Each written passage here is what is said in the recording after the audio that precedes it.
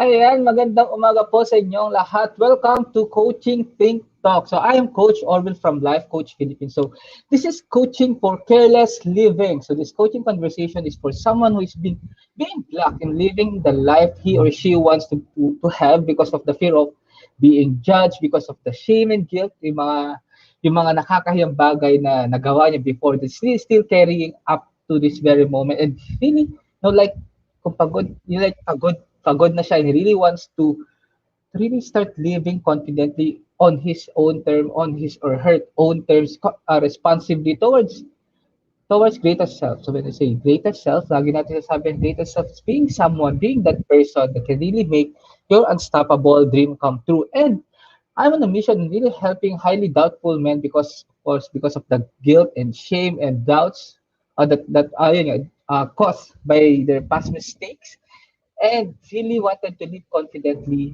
on his on her own terms responsibility towards his greatest self.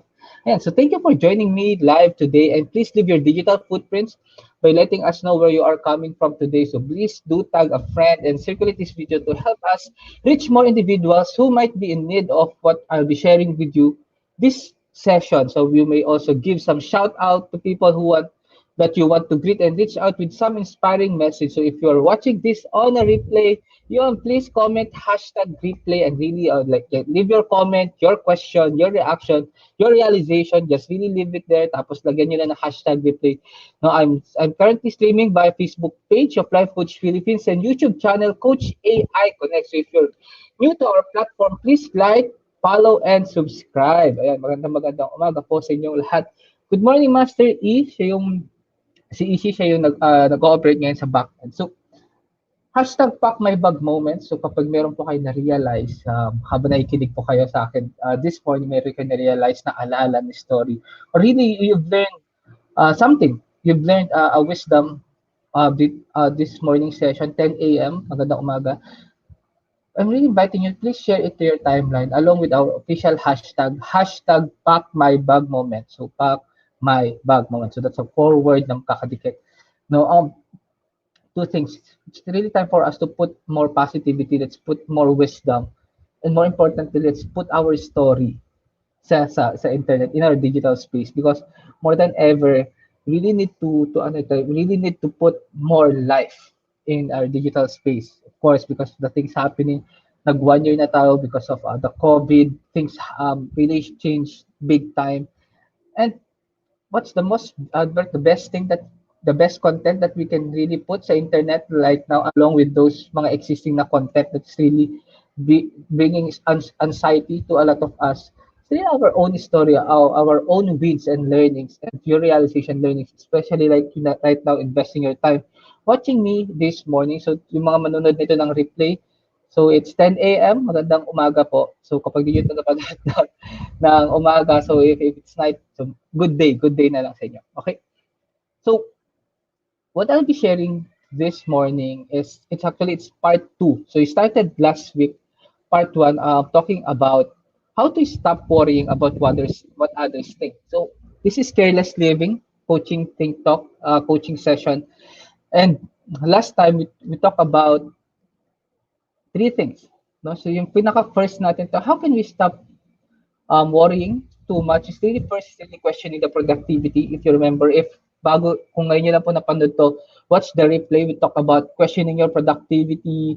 We talk about like always remember everyone worries. Hindi lang ikaw yung nagwo-worry kung ano yung iniisip ng ibang tao. Kasi pati yung ibang tao nagwo-worry rin sila kung ano yung iniisip mo sa kanila. And the third thing that we ended up last time is really seek wise counsel, and one best option here is really talk to a certified life coach, have a conversation to a certified life coach like me and other people having this coaching think talk dito sa Life Coach Philippines. Okay, so this is part 2 of how to stop worrying too much. No? And let's dive.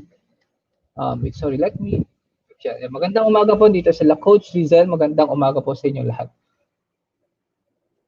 How to stop worrying too much, part 2. First item natin for today is one of our favorite, find out who you are. So find out who you are. So that's the first item natin. So find out who you are. I just remembered again. I am Coach Orvyl. I'm a software engineer for almost a decade, and I'm a certified life coach for more than 2 years now. And I start really focusing on building confidence. So when I say building confidence, ang itsura niya talaga for me is like really caring less of what others might say and really caring more of who you are and what you really want to do for the longest time. Caring less doesn't mean na wala na tayong pakialam sa ibang tao, but more on tignan natin. Tignan natin yung sarili natin. What is it that we really want to care before we allow others, before we allow opinions. Kasi di ba, like, if you're connecting, we've been, like, for the longest time, lagi tayo nakatingin ko anong opinion ng ibang tao. We really, our identity is somewhat attached of how others perceive our life is. So, caring less of what others might say and caring more of who you are and what you wanted to be is really the theme po na usapan natin when we talk about coaching TikTok, careless living. So, find out who you are. That's our first item. Many people have focused for so long on pleasing others and going along with others' opinion that they have forgotten who they are. Like who you are contains what you want and why you want it. Minsan most of the time, we always ask ourselves, ano ba yung magpapa-fulfill sa akin without meron yung darating yung point na mag-isa ka lang sa gabi, like really reflecting, feeling na talagang ikaw at wala kang ibang maririnig kundi yung sarili mo. Dumating ka ba sa point of really asking, like, what will really make my life fulfilled or how can I feel yung feeling na hinahanap ko? So may mga may ganong tema na matanong. Parang gusto ko ma-feel yung masarap na feeling, pero paano ko ba ma-feel yun? And we keep, like, really asking yung tanong na yun.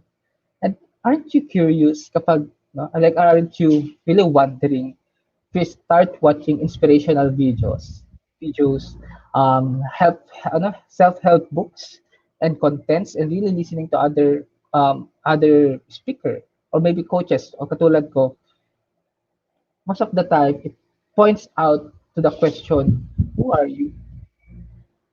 You can only care less of what others might think about you if you know what you want to care. And paano mo malalaman kung ano yung kine-care, ano yung papangalagaan mo if you don't know even yourself. Kasi doon siya manggagaling. Knowing yourself contains what you want and why you want it. Why you want it is really the inspiration for you to move forward. And with that inspiration, any resistance along the way, you can combat it with your why, your reason. Di ba may tatawag tayong selfish why, altruistic why, and knowing these whys, yun talaga kasi yung magko-combat dun sa mga resistance na mangyayari as we make our unstoppable dream come true. Unstoppable dream, the dream that you've been dreaming for the longest time. Na sana, like kunyari, ito yung dream na pwede mo nang bitawan lahat, mangyari lang tong dream na to. Something like that. Ayan. Good morning po, Coach Lynn. Magandang umaga po, Coach Nords. Hello, Coach Arnold. Magandang umaga. Finding who you are. Take some time to rediscover. Like really put time, schedule it, sit, bring your paper, bring your pen, talk to a certified life coach. It is a journey. Kapag, like, if you say yes, na kung gusto mo talaga makilala yung sarili mo, it's really a journey. And right now, for you to really know, to really pinpoint, at hindi masyadong masakit sa ulo, talking to a certified life coach can really help you to start knowing who you are. I myself, for me, I considered napaka-cliche yung tanong na who you are. Like, parang napaka-magical, somewhat nasa movie lang yung tanong. Pero yun kasi yung totoo eh. Parang, ano ba yung gusto ko? Ano ba yung gusto mo? Ano ba yung gusto mo makuha? Ano ba yung bagay na ipagpapalit mo lahat? Makuha mo lang tong bagay na to. What's your ideal day? What's your dream day? What's that? Can you describe the day worth dying for? When you care for yourself, a lot of your deep questions will be answered. Find the courage, start strategizing, knowing who you are. Talking to a certified life coach is the best thing that I can really recommend for you right now. Okay? Number two, ayan. For today, di ba, part 2 natin, I've been giving you 3 things. Last time, magbigay ako ng 3 bagay. So ngayon, 3 bagay rin. How to stop worrying about others think. So to all our viewers out there, comment lang kayo. Like, really appreciate yung mga comment. Especially mga makakapanood nito during the replay, kapag nakita yung comment nyo, like how beautiful it is, makaka-connect sila. And who knows, after nga, because of the power of replay, after 2 years, 3 years, may makakita ng video na to and really seeing your comments, how you being, no?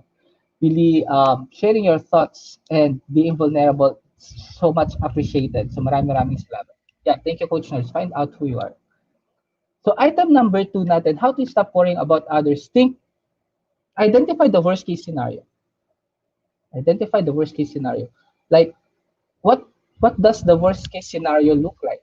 It's time for us to really inviting you, no, let's be more radical. Nasabi na radical or to be more objective.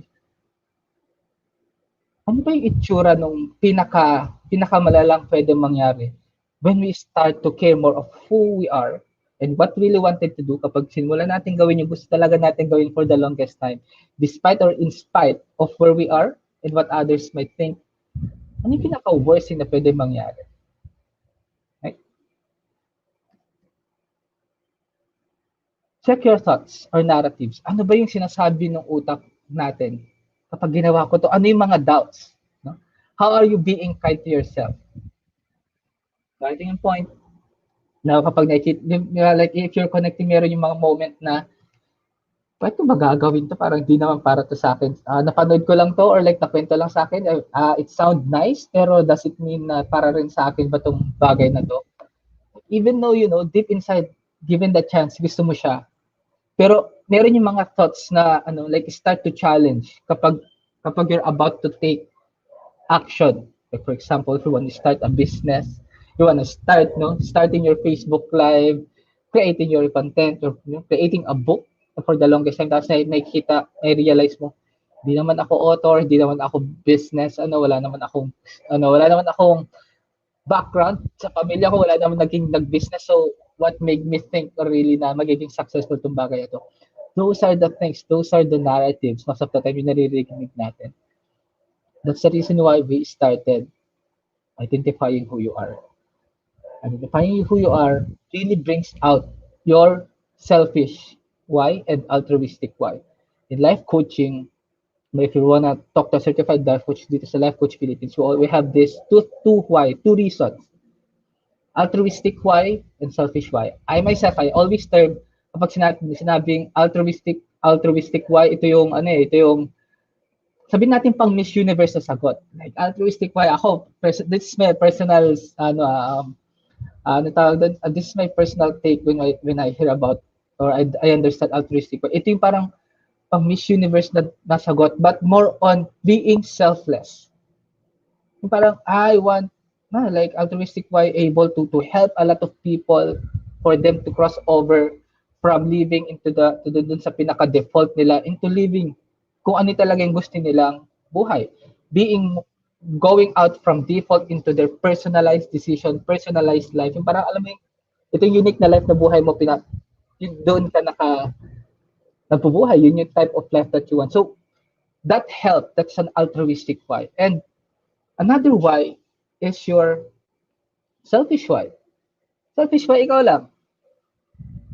Ano ba yung bagay na selfish na parang I feel so guilty, di ba? May minsan kapag yung altruistic why, yung palo ng brain doon, masyado ata ako madamot kapag ito. Pero like, really allow yourself. Selfish why for me, for example, I really want to monetize my talent and skills, the way I talk. For the longest time, more than 2 years as a certified life coach, it is really right now, this year 2021, really got like a level up confident of really speaking out my mind.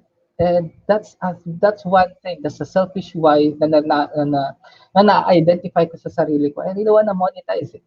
So now, really allow yourself. ikaw lang nakakalam, walang pwede makapag-validate na tama o mali yung mga Hawais o yung altruistic or selfish vibe niya.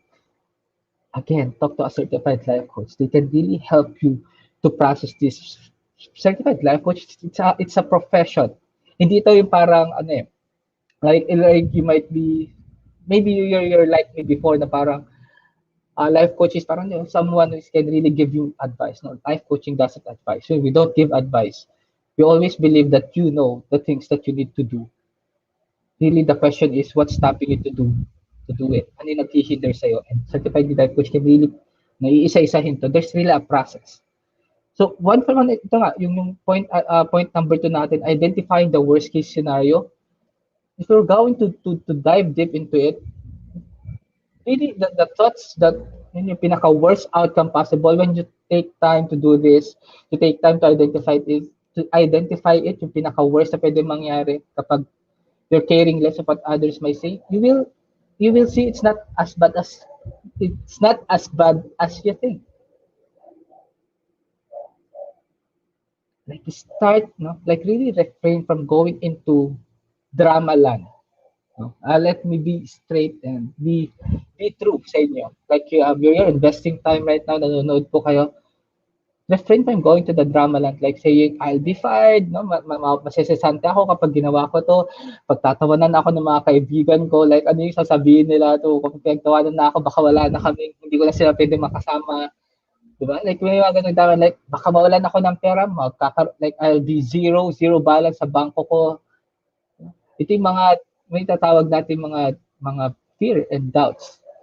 But if you always remember, I already discussed this in the first episode, but I wanna bring it today at this very moment. Meron tayong tatawag na lizard brain, which is there to protect us to something uncertain. Caring more of what you want, maybe something that you going outside your comfort zone. Tutusin, hindi naman talaga sure eh. Hindi sure yung business, hindi tayo sure kung ano mangyayari, hindi sure kung kapag nag-start tayo ng Facebook Live, like yung ina-expect mong output mangyayari. That's the way for our brain to protect us sa something uncertain. And that's normal. Yung takot na yun. But now it's time for you to stop listening yung sa mga doubts na ganito. There's a message. Try to manage and try to reflect into it. Choose. Hindi ka gagalaw. You still continue to care more of what others might think. You feel pain. You feel discomfort. You start to care less of what others might say and start, no, like really hoping that things can be better kapag nag-move ka. It's also uncomfortable. But try to picture it out. Alin dito sa dalawa, yung may chance kang mas maging masaya. Identify the worst case scenario. That's number 2. And hello po, Coach Beverly. Magandang umaga. And item number 3, how to stop worrying about others think? Is really practice self-acceptance. Practice self-acceptance. Ano ba yung self-acceptance na to, no? Low self-confidence can lead to placing an inappropriate amount of importance on the opinions of other people. Like, dumarating talaga yung point, like even maybe right now, like we are not even sure kung ano yung talaga kaya natin gawin. Like we think or we assume na hindi natin talaga alam yung totoo nating abilities, strength, what we can really do. And dahil doon meron tayong ganung reason, we ended up really following or we ended up looking up to others na talaga dinidisregard natin yung kaya natin gawin. Kahit naman hindi naman kailangan na maging dependent sa iba, hindi naman kailangan na sobra tayo nakatutok and really following how others do it. Pero andun yung default. Because we have low self-confidence. And so nagagaling yung low self-confidence? How are you accepting yourself as a whole?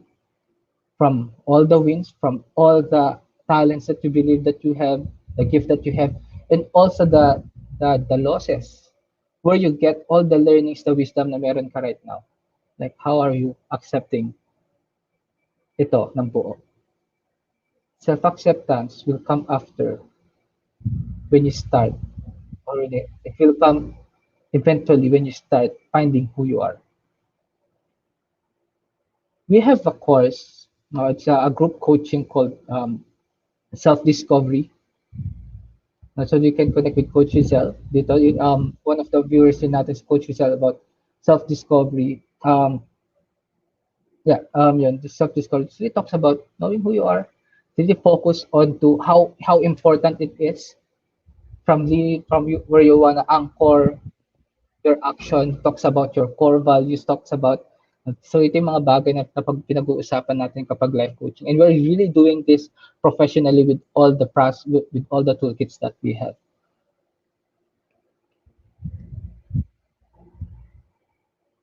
Practice self-acceptance. The next time you feel you need to check in with someone else about a decision you're making, okay, ask yourself, do you really need other people to Wait on it? Kailangan pa talaga natin yung ibang tao para to get their opinion, para makamove forward tayo. Like, or are you just, no, you just using this as a second, are you using this as a palusot? May mga ganung bagay na, ayokong gumalaw, ganyan-ganyan. But then you are really fearful of what others might say, kaya hindi tayo gumagalaw. Are you just so used of doing it? Baka nasanay lang talaga tayo na gawin yung bagay na yan.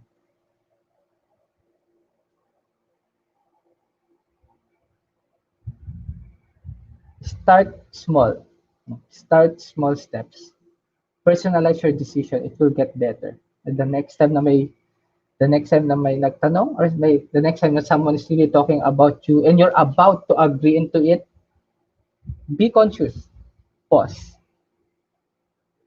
Are you going to say yes dahil gusto mo siya? Or are you going to say yes kasi yun yung ginagawa ng ibang tao at doon ka nasanay? Being mindful, being intentional. We have Coach Nordsil here. Intentional living. You can connect with Coach Nords. Find out who you are, identify the worst case scenario, practice self-acceptance. These are all internal things about yourself. And for you to move forward, a certified life coach can really help you. It's a journey when you decided to say yes to it. Hindi siya yung biglaan na, yeah, I wanna know myself, boom, bigla mo siya makikilala. It's really a process. It's really a journey. But let me tell you this. When you say yes, it's worth it. Like imagine yourself living confidently on your own terms, expressing what you feel, talking about what you've learned without any, without feeling any guilt, without feeling any, you know, pagsisisi, and without feeling any fear of rejection. How beautiful life it is. Really try to picture it. It's worth it. Say yes. And living confidently on your own terms. I've been in a position of really feeling bad about myself when I see other people so confident. Like, for instance, so confident in posting sa Facebook, posting their picture, being proud of their accomplishment, being proud of their business, like really sharing it to other people. Like, I feel bad about myself? What's really stopping me to do it? Bakit? Gusto ko naman yun, pero ba't ayaw ko siya magawa? Ba't hindi ko siya magawa-gawa? Like, I'm so fearful in really clicking the share button, or like I'm feeling fearful answering what's on your mind sa Facebook. Like, I feel so bad about myself before na parang, galing naman nila magsalita. Like, they were able to speak their mind, they're able to impact other people, and they're so brave and really, like they are not, they really welcoming conflict. And I was really thinking, how can I be into that level? I'm on a journey towards that. I'm a certified life coach for more than 2 years, focusing on building confidence. And I'm really on a mission to help highly doubtful person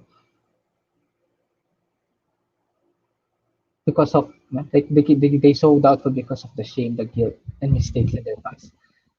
And I want to help them to live confidently on their own terms. Like, really accept na ito pala yung gusto ko at gusto kong ito yung maging buhay ko. guided, no, being responsible, being accountable of on their own selves, and really being the person that can really make their dreams come true. If you're connecting, I'm really inviting you. I have a coaching program called From Shyness to Careless coaching program. So this is a 1 year coaching program, and what I do here is for 15 years, 15 years, so like for 1 year, like there's a 15-minute coaching session, unlimited 15-minute coaching session with toolkits, with processes, with content, from being shy and even from being shy into someone that you wanted to become. So ano ba yung picture ng confidence sa'yo? If you want to start the journey and you want to say yes into that journey, let's have a conversation. Okay? So, as I end this conversation, let me invite you to be part of what we are doing as an organization of professional certified life coaches. So, do join us for another coaching conversation later with Coach C naman, si Coach C. Kasama ko siya as a master builder apprentice. So, isa siya sa kasama ko doon. So, ang topic niya is for actionable motivation at 2 p.m.